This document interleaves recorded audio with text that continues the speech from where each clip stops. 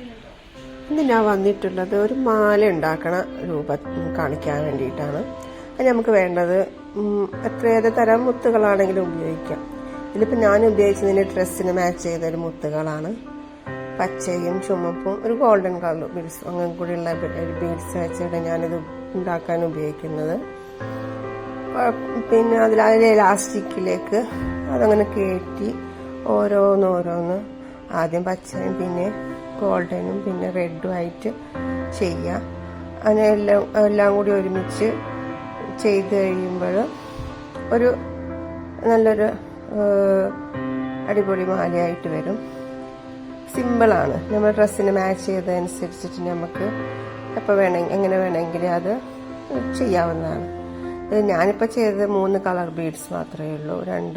ഒരു റെഡും ഒരു ഗ്രീനും ഒരു ഗോൾഡൻ കളറും അത് വെച്ച് മാത്രമേ ചെയ്തിട്ടുള്ളൂ. എൻ്റെ ഡ്രസ്സിന് മാച്ച് ചെയ്ത ടൈപ്പാണ് ചെയ്തത്. അങ്ങനെ ചെയ്യാം. അങ്ങനെ ചെയ്ത് കഴിഞ്ഞ് ഇതെല്ലാം കൂടി സെറ്റ് എല്ലാം ഓരോന്ന് ഇലാസ്റ്റിക്കിൽ കോർത്ത ശേഷം വീണ്ടും അത് സെറ്റാക്കാം.